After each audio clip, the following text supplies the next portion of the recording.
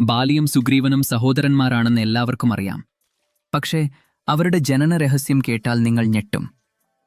അവരുടെ ജനനത്തിന് പിന്നിൽ ഒളിഞ്ഞിരിക്കുന്നത് രാമായണത്തിലെ വിചിത്രമായ രഹസ്യങ്ങളിലൊന്നാണ്. ഒരിക്കൽ ബ്രഹ്മാവിന്റെ തിലകത്തിൽ നിന്ന് ജനിച്ച ശക്തനായ വാനര രാജാവായിരുന്നു ഋക്ഷരാജൻ. ഒരു ദിവസം വനത്തിൽ സഞ്ചരിക്കുമ്പോൾ ദാഹം മാറാൻ അദ്ദേഹം ഒരു അത്ഭുത കുളത്തിലേക്ക് ചാടി.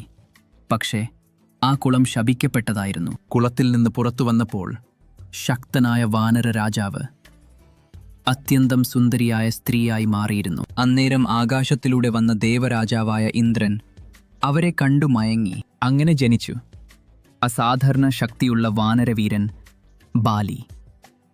പിന്നീട് സൂര്യദേവനും അവരെ കണ്ടു ആകർഷിതനായി. അവിടെ നിന്നാണ് ജനിച്ചത് സുഗ്രീവൻ. അടുത്ത ദിവസം വീണ്ടും അതേ കുളത്തിൽ കുളിച്ചതോടെ സ്ത്രീരൂപം മാറി ഋക്ഷരാജൻ പഴയ രൂപത്തിലേക്ക് മടങ്ങി. പക്ഷെ അദ്ദേഹത്തിന്റെ മുന്നിൽ 2 ദിവ്യ ശിശുക്കൾ കിടക്കുകയായിരുന്നു. അവരെ സ്വന്തം മക്കളായി വളർത്തി.